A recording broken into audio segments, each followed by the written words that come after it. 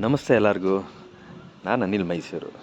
Day 45 of 100 days fitness challenge successfully complete ಆಗಿದೆ.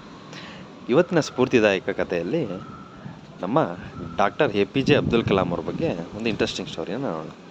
ಅವರು ರಾಷ್ಟ್ರಪತಿ ಆಗಿರ್ತಾರೆ. ಆ ಸಂದರ್ಭದಲ್ಲಿ ಅವರ ಮನೆಯಿಂದ, ಅವರ ಊರಿಂದ ಅಂದರೆ ರಾಮೇಶ್ವರಮಿಂದ ಅವ್ರ ರಿಲೇಟಿವ್ಸ್ ಎಲ್ಲ ಅವ್ರನ್ನ ನೋಡೋದಕ್ಕೆ ಮತ್ತು ಡೆಲ್ಲಿ ನೋಡೋದಕ್ಕೆ ಬಂದಿರ್ತಾರೆ.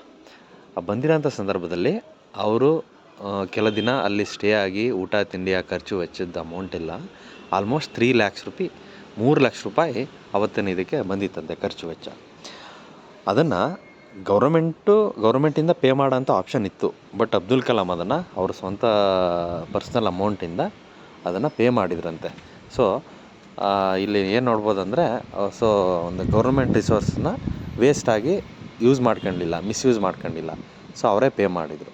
ಸೊ ಇವತ್ತಿನ ಕಾಲಮಾನದಲ್ಲಿ ನಾವು ನೋಡಿದ್ದೀವಿ, MP MLA ಆದರೆ ಅವ್ರನ್ನ ಹಿಡಿಯೋದೇ ಕಷ್ಟ ಆಗುತ್ತೆ. ಸೊ ಅಂಥ ಇದರಲ್ಲಿ ನಾವು ಈ ಥರದ್ದೊಂದು ನಡೆ ಇರೋದು ಭಾಳ ಮೆಚ್ಚುವಂಥದ್ದು. ಸೊ ಎಲ್ಲರಿಗೂ ಒಳ್ಳೆಯದಾಗಲಿ. Good day.